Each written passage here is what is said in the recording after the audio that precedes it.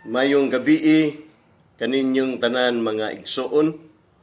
Akong pangumusta, kumusta na mo karong gabi una? Gimingaw na ba kita sa atong Bimin WMU Bible Study and Fellowship? Ang Diyos wala pa gyud mo tugot kanato nga makabalik kita sa atong panagtigom apan akong panghinaot nga naata sa mayong kahimtang sa atong mga tagstagsa ka mga panimalay.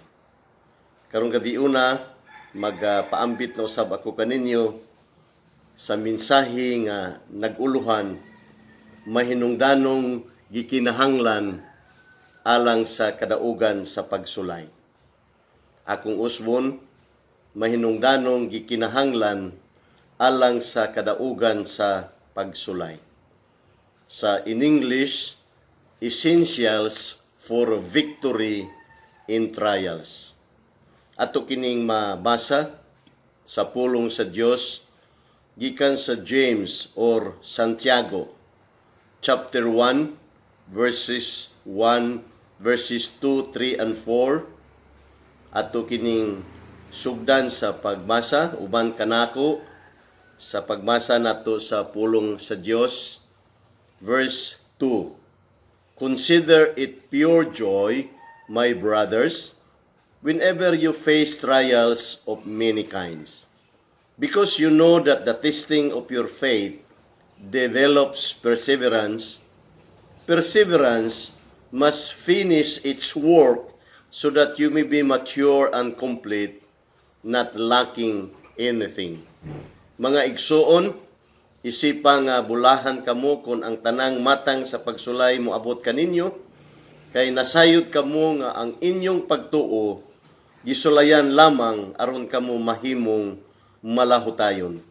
Panigurua nga ang inyong pagkamalahutayon mahingpit aron mahingpit gayon kamo ug dili makulangan sa bisan unsa.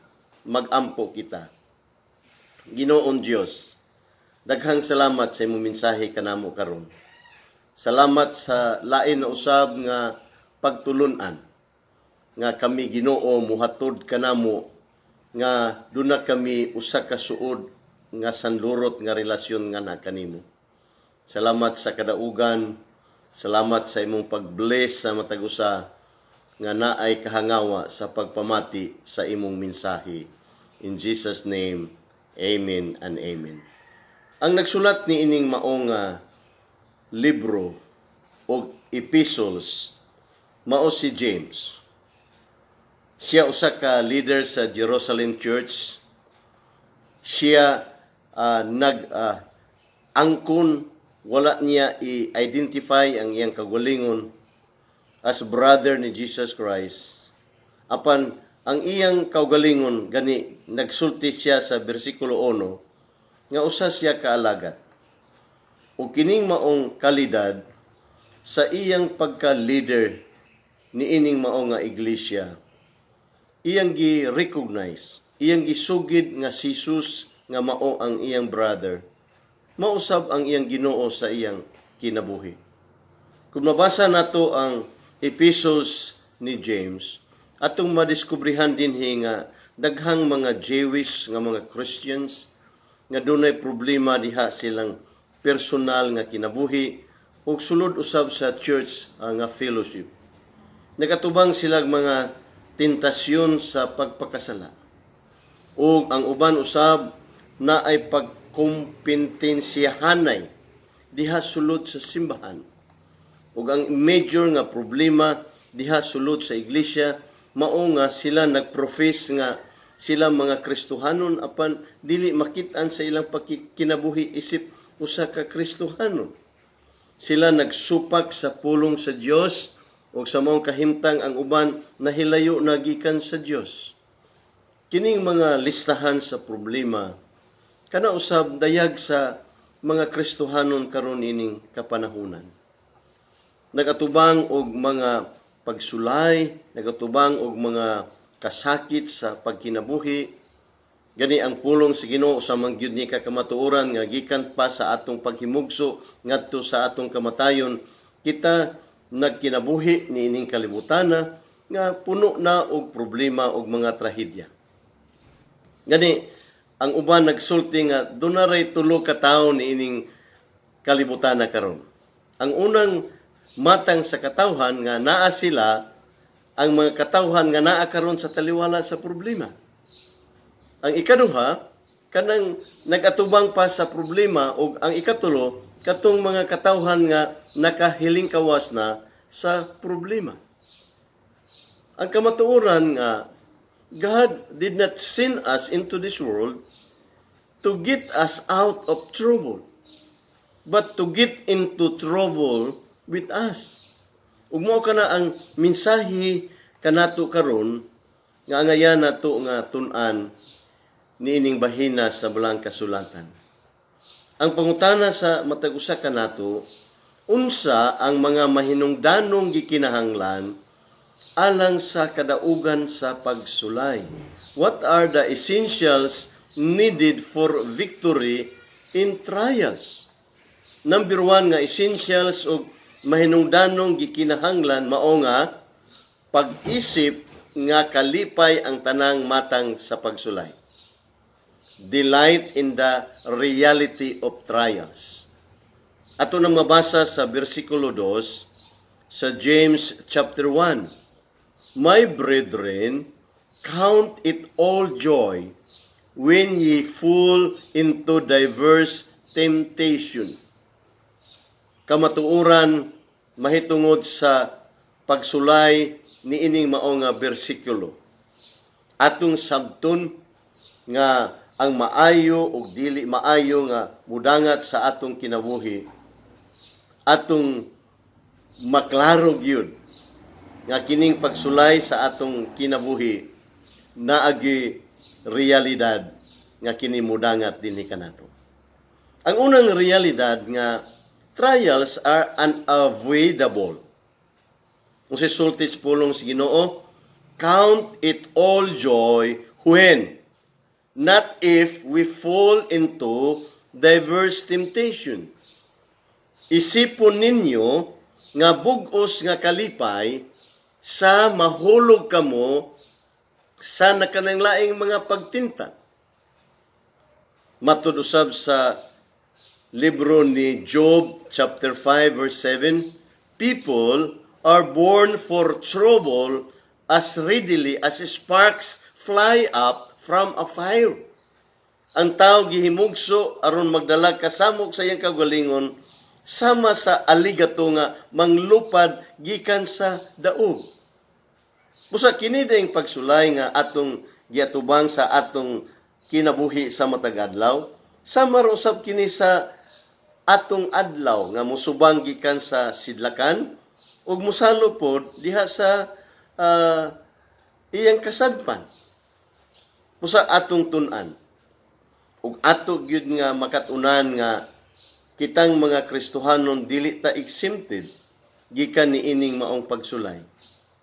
Ang mga Kristohanon magakasakit sama sa mga dili Kristohanon. Ang mga Kristohanon mawadag minahal sa kinabuhi sama sa mga dili Kristohanon. Ang mga Kristohanon makasinati og aksidente sama sa mga dili Kristohanon. Ang mga sundalo nga naas panggubatan mamatay diha sa ilang pakigubat sama sa usab sa ilang kauban nga mga dili Kristohanon. Apan dunay mga teolohiya karon nga gitudlo sa mga magwawali ug mao ni ang ilang pagtudlo.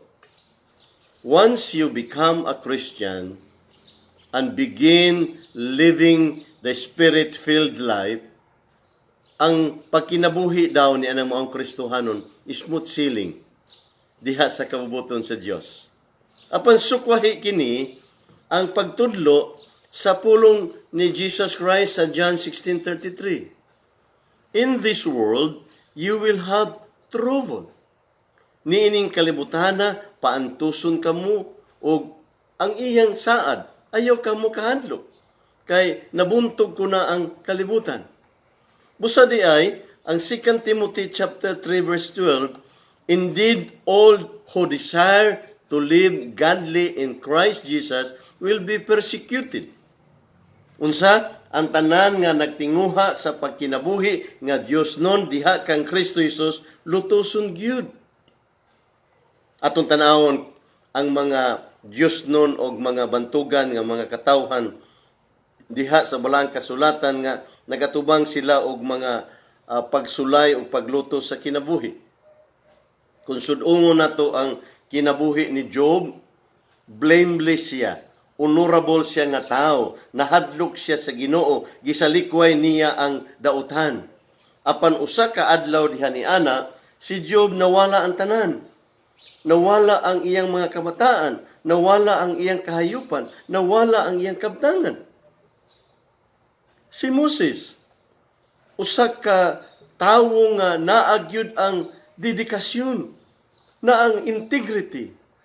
Iyang gigasto ang iyang panahon diha sa presensya sa Dios o gigamit siya nga instrumento nga madala ang mga Israelita gikan sa Egyptian bondage.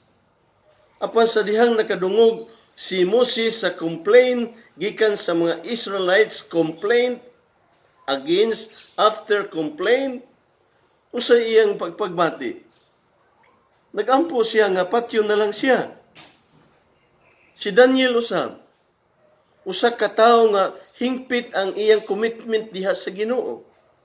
Nagampo siya 3 times a day to the Lord.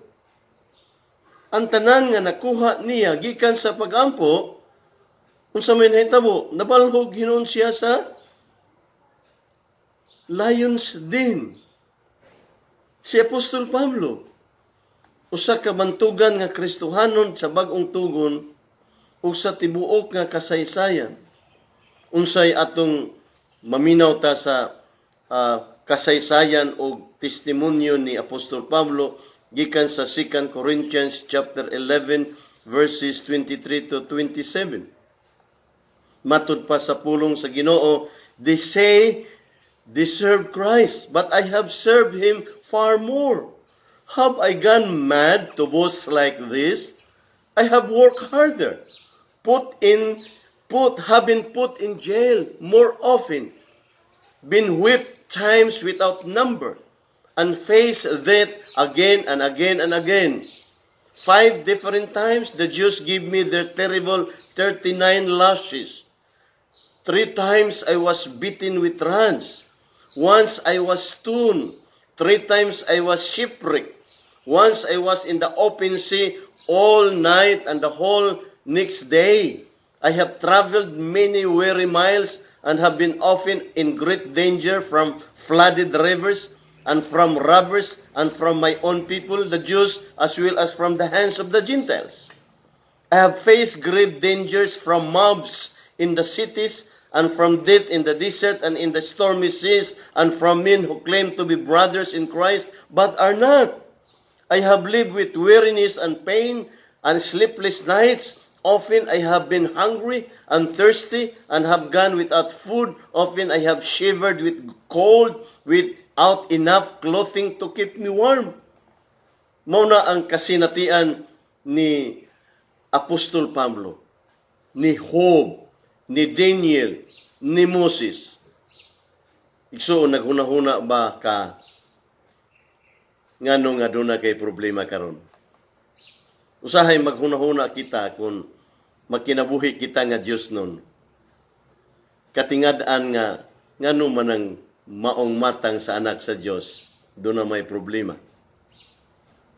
Igsoon, matingala lanta nga kung wa ka makasinati o pagsulay kasamok pag-anto sa kinabuhi, kung nagpuyo ka alang sa Ginoo, katingad-an hinuon nga dili ka makasinati ni anang mao nga kasamo. Kasi sulti sa 1 Pedro kapitulo 4 versikulo 12, Beloved, think it not strange concerning the fiery trial which is to try you, as though some strange thing happen unto you. Mga minahal kong igsoon, ayaw ka mo kay bulong sa mga mapait nga pagsulay nga inyong giantos, ayaw kiniisipa nga talagsaon nga buta nga mahitabo kaninyo. Mao kining kamatuoran.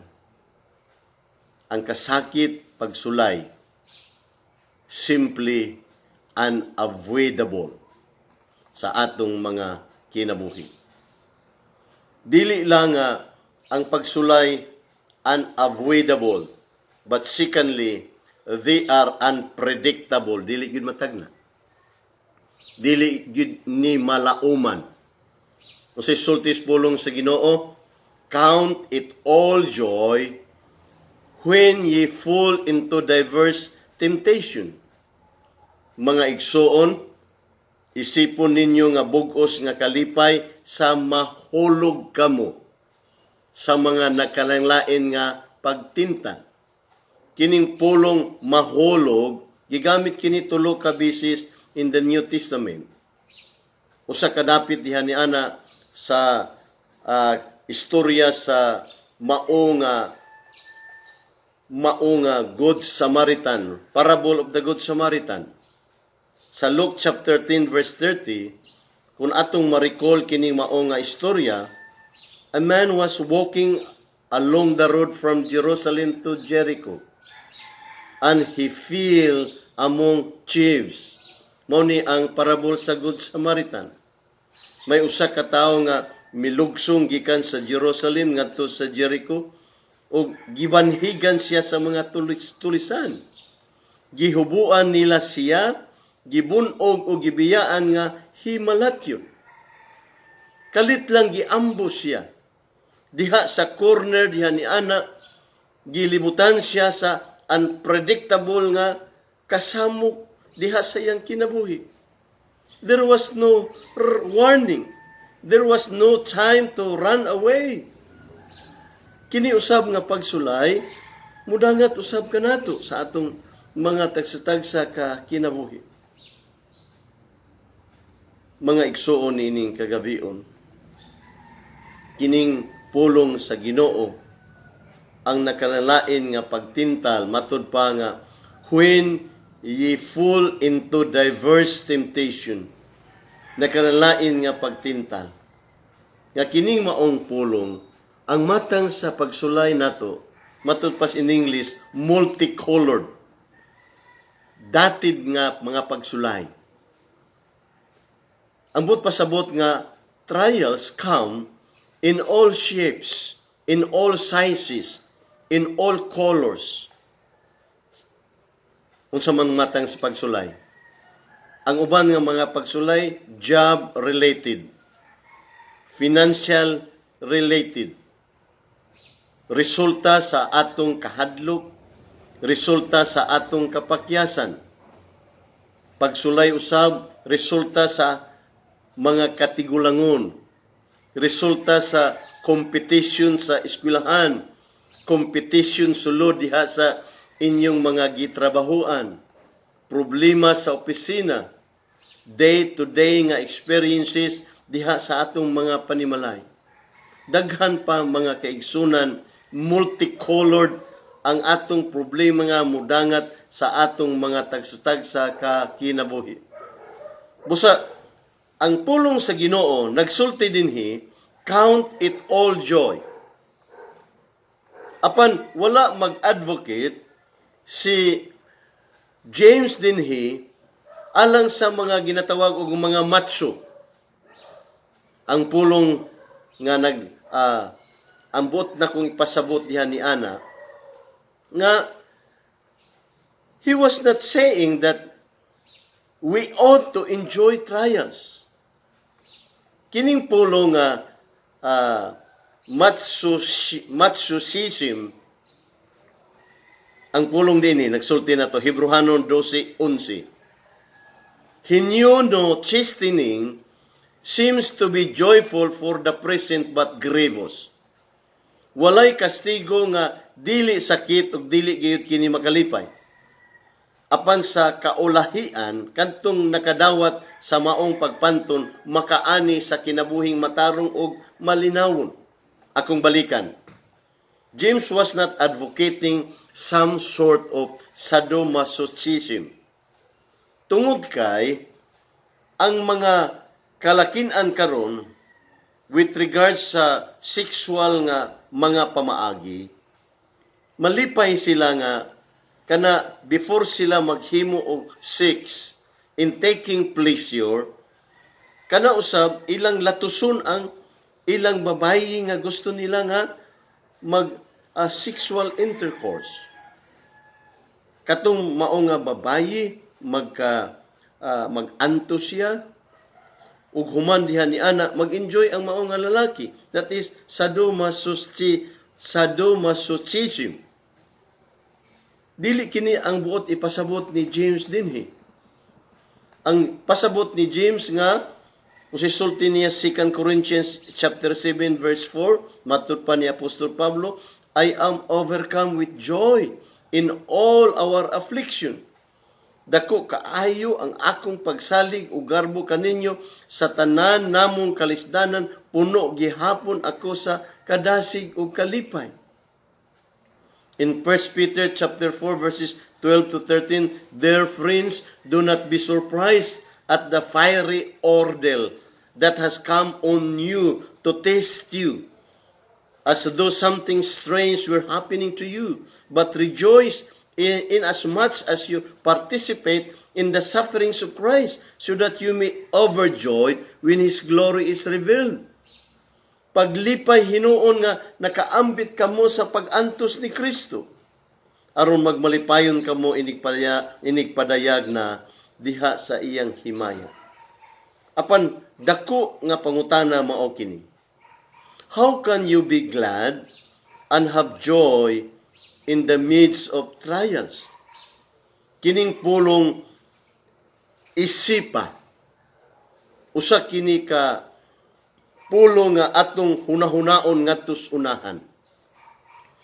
Atong isipon diha sa atong mga alimpatakan. In other words, ang kini ini giyawin ni ini mao kini is not to focus on the trouble. Apan hain ba din ang atong focus, but to focus on the Lord and to look ahead at what He is going to do in our lives. Kung sisulti niya si Hebrehanon 12:2, that Jesus, for the joy that was set before Him, endured the cross. Wala niya iksapayan ang kaulaw sa pagpakamatay dito sa cross tungod sa kalipay nga madawat niya sa iyang kaugaling. Wala siya musibog bisan pa sa iyang pag-antos dito sa cross.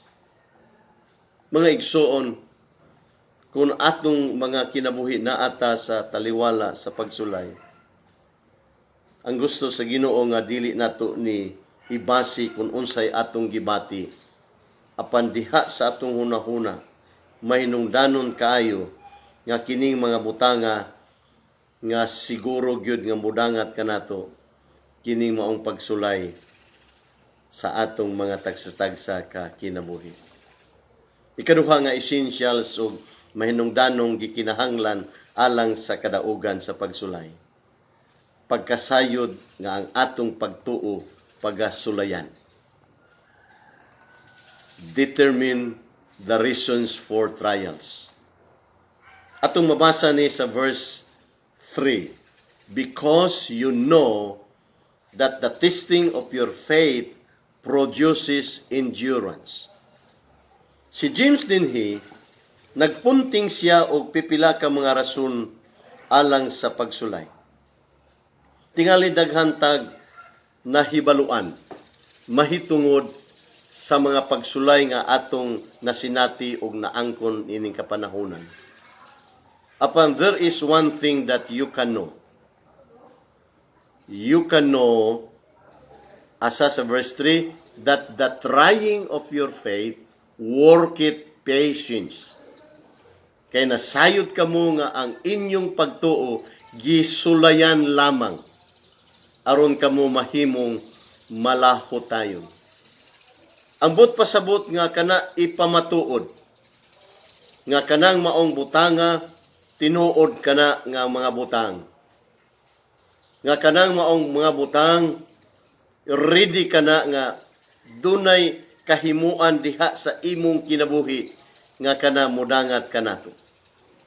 Lain nga pulong nga gisgutan dinhi kining pulong forging ang paghinlo sama sa usa ka metal nga giinit ug maayo, ug ang mga impurities diha ni ana mawala siya human sa purging.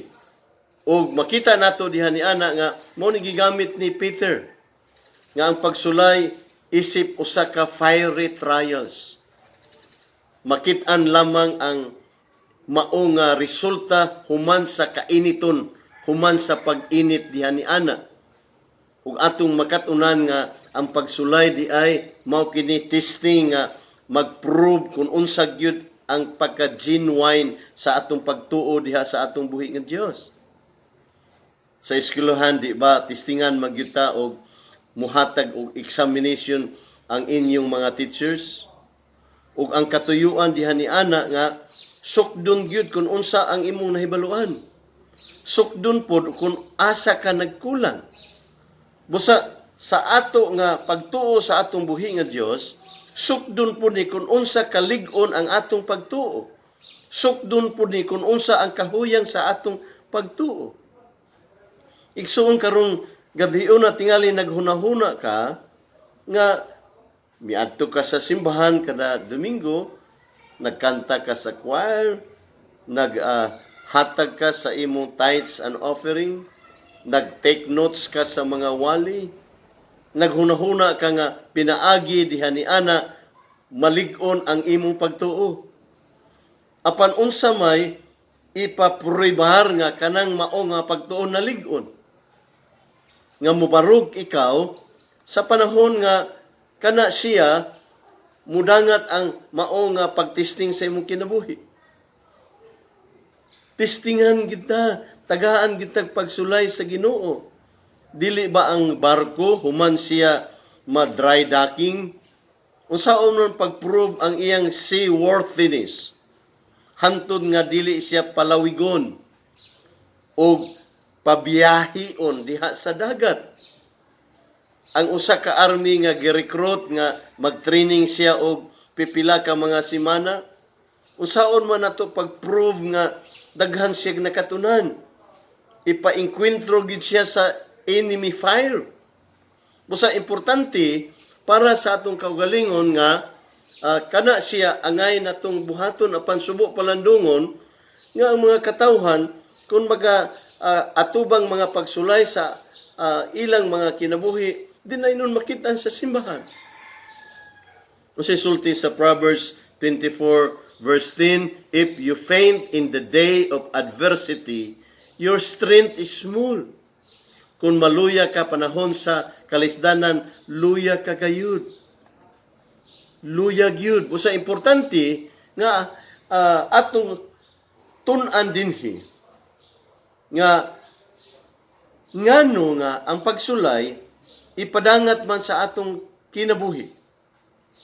Dili asa ang maong pagsulay nga kana kanusa mahitabo, masayra nato ang mao nga pagsulay.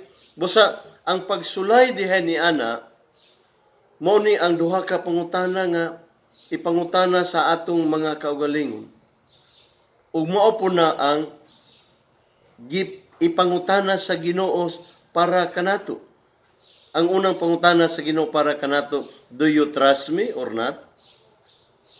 How much is the trust nga imong ipaabot dinhi kanako? Kung sisulti sa Hebrehanon 11:6, without faith, no one can please God. Kung walay pagtuo, walay makapahimuot sa Dios kundili pinaagi sa pagtuo. Kay ang muduol sa Dios kinahanglan gayud nga mutuo nga adunay Dios o gantihan niya ang nangita diha kaniya. Busa di ay, the stronger the faith, the greater the pleasure that it brings to our God. Busa ang Ginoo di ay sa atong mga kinabuhi, obvious kaayo dinhi nga ang atong pagtubo gusto gyud nga mutubo ang atong pagtuo. O kini mohatod nato sa ikatulo nga essentials ug mahinungdanong gikinahanglan alang sa kadaugan sa pagsulay. Dili lang isipo nato nga kalipay ang tanang matang sa pagsulay. Dili lang sayra nato nga ang atong pagtuo pagasulayan. Apan ikatulo mao ni paniguruha nga ang pagkamainantuson magpadayon. In verse 4 sa chapter 1, and let endurance have its full effect, so that you may be mature and complete, lacking in nothing. Ang pulong sa Ginoo paniguruha nga ang inyong pagkamalahutayon mahingpit, aron mahingpit gayud kamo ug dili makulangan sa inyong aron dili makulangan sa bisan unsa. Kung atong i-exercise ang atong pagtuo, kung atong i-exercise ang pagsalig nato sa Ginoo, taliwala ni ini maong pagsulay, doon na biya ni change reaction sa atong kinabuhi. Change nga reaction nga mo build up ang atong pagtuo, maga-build up sa atong karakter, maga-build up sa kalig-on nga kana gyud in proportion gyud na. Tanaw na to ang resulta sa trial nga nag-produce kini tulo ka resulta. Primero nga resulta mao kini trials produce perseverance.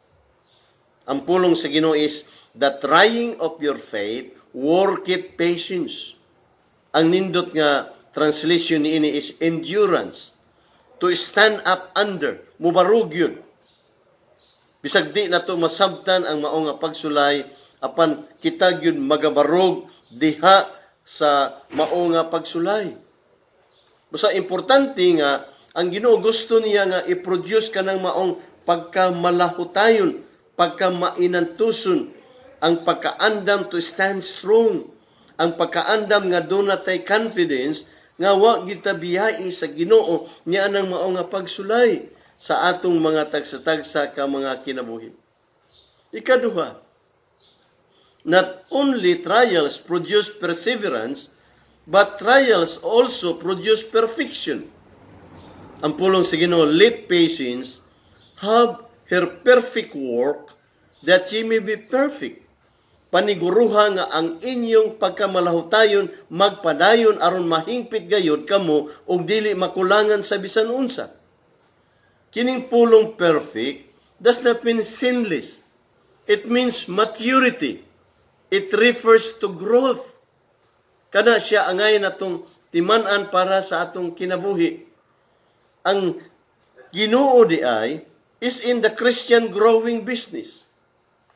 Whatever comes into our life, maayo man o dili maayo, kakabos man o kadagaya nga moabot sa atong kinabuhi, kadaugan o trahedya mudangat sa atong kinabuhi. You know what mga igsoon, ang katuyuan ini is to grow us, to mature us in our faith sa atong buhi nga Dios. Matud pa sa mga akong nabasa diha sa usa ka statement, God wants to turn our irritations into edifications. Ikatulo, not only trials produce perseverance and perfection, but it also produce purity. Trials come so that you may be entire, wanting nothing. Mahingpit gayud kamo og dili makulangan sa bisan unsa. Mao kini ang sumada mga kaigsunan sa katuyuan sa pagsulay.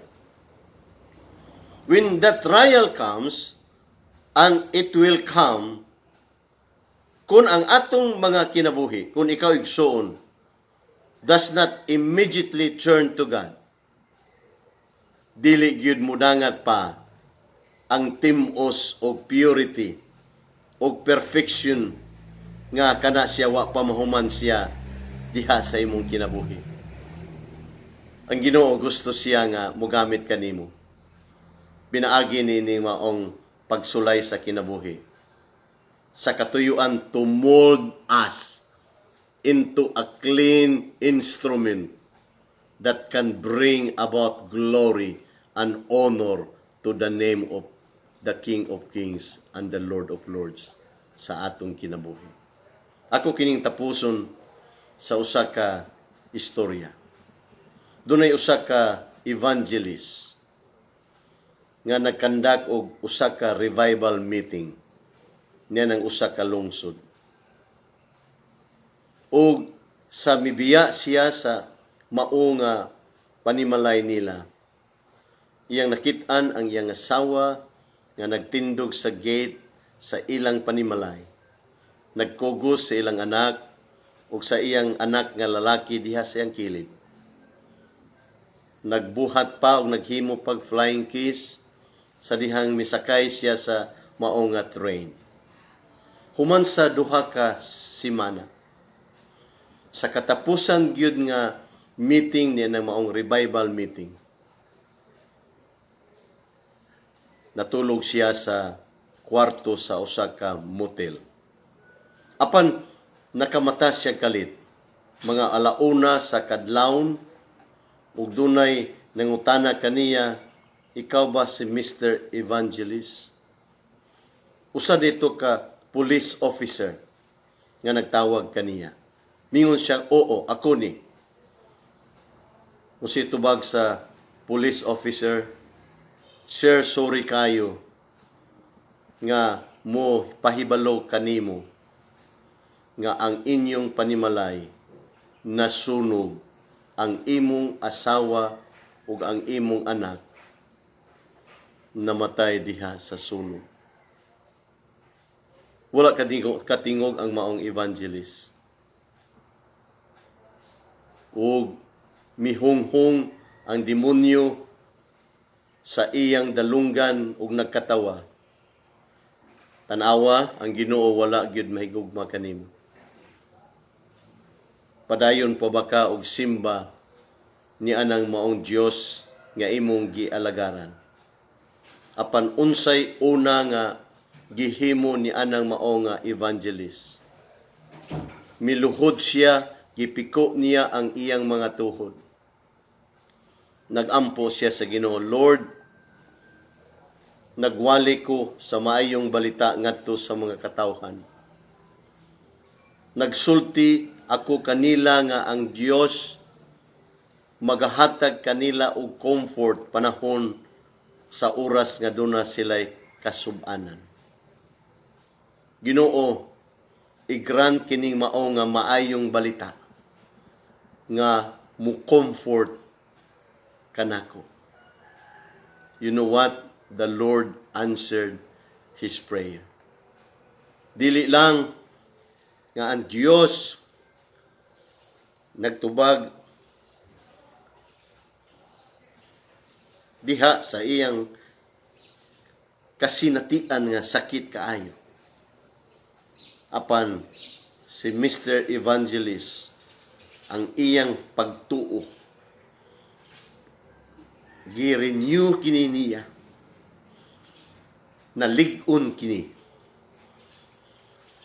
tungod kay kanang mao nga pagsulay, ang mga paglutos sa kinabuhi, mo'y nakapasilsil kaniya sa iyang kaugalingon nga ang Ginoo naggamit nining mao nga adversity nga naagyoy renewal, naagyoy strengthening sa iyang pagtuo, tungod kay ang Dios sa labihan naa sa mao nga kahimtang nga kining mao nga kasinatian sa iyang mga kanakan. Nakaawit siya niining mao nga awit, "Jesus, Jesus, Jesus, sweetest name I know, fills my every longing, keeps me singing as I go." Mao kana ang na sinati ni anang mao nga evangelist, ug sa maong pagsulay kana nahimong gisalsal ang usa ka tigib ug usa ka kasakit nga gigamit sa Dios nga sa maong kalisdanan dunay kabag-uhan, dunay kalig-on, padayon siyang pagalagad sa Ginoo nga gusto niya nga kanang mao nga Dios nga iyang nahibal-an naigugma sa hilabihan kaniya, ug sa hingpit nagapadayon sa pagsalig niya ng buhi nga Dios. Mao ni ang pulong sa Ginoo kanato mga kaigsunan. Mga mahinungdanong gikinahanglan alang sa kadaugan sa pagsulay. Number 1, pag-isip nga kalipay ang tanang matang sa pagsulay. Pagkasayod nga ang atong pagtuo pagasulayan, paniguruha nga ang pagkamainantuson magapadayon. Mao kini ang pulong sa Dios. Ang akong panghinaot nga kung naa ka niya ng maong kahimtang, ang Ginoo nag-andam na kanatong tanan o kadaugan. Magampo kita. Ginoon Dios, salamat sa imong mga pulong karon niining kagabhion.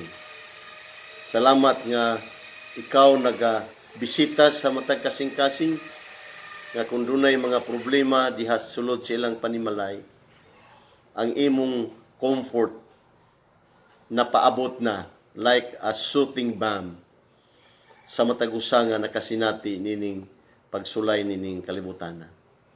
Salamat Ginoo sa imong pagpadayon, paglihok sa matag usa kanamo nga kini maong mensahe na agyoy kadaugan nga among maangkon.